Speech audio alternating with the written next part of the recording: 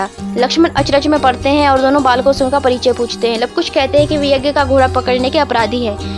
लक्ष्मण लवकुश को डराने के भाव से कहते हैं कि वे मेघनाद जैसे योद्धा का वध कर चुके हैं। इस पर लव फिर से लक्ष्मण को उकसाते हुए कहते हैं कि पहले आप केवल क्रोध कर रहे थे, अब अहंकार भी आ गया है। लवकुश की बातों से कुपित लक्ष्मण युद्ध प्रारंभ कर देते हैं। दोनों के बीच क्या संबंध है, इससे अनभिज्ञ वे अपने भतीजों पर बाण चलाते हैं, लेकिन लवकुश उनके हर बाण को काट देते हैं और अंततः लक्ष्मण को भी शत्रुघ्न की तरह घायल कर देते हैं।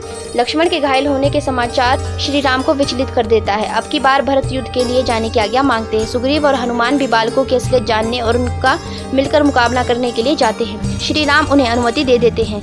उधर कुश माता सीता के व्रत के अनुष्ठान के लिए पुष्प लेने जाते हैं और लव को अश्व की सुरक्षा हेतु छोड़ जाते हैं। नदी किनारे माता सीता का अनुष्ठान संपन्न करा रहे महर्षि वाल्मीकि दूरदर्शी वे जान लेते हैं कि लवकुश की ये जीत भगवान की एक लीला है। वे एक एक करके तमाम योद्धाओं के गर्भ को चूर कर रहे हैं। जब भरत, सुग्रीव और हनुमान वहां पहुंचते हैं, कुछ भी वापस आ चुके होते हैं। हनुमान को लवकुश की जोड़ी राम लक्ष्मण का बाल स्वरूप सदृश्य दिखती है। वे अपने भक्ति बल से जान लेते हैं कि दोनों बालक श्री राम व माता सीता की संतान है। लवकुश को जब ये पता चलता है कि उनके सामने श्री राम नहीं उनके अनुज भरत खड़े हैं, तो उन्हें गुरु वाल्मीकि रचित रामायण में वर्णित भरत के चरित्र का स्मरण हो आता है।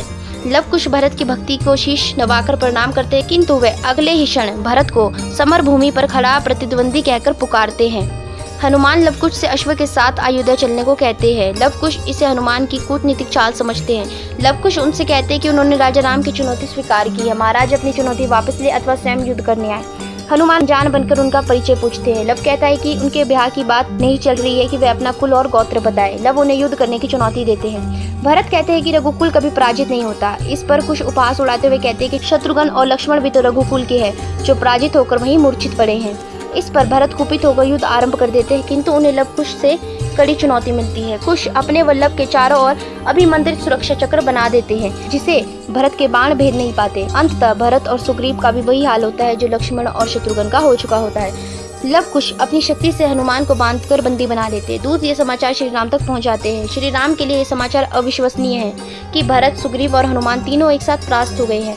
अब श्री राम स्वयं जाने का निर्णय लेते हैं।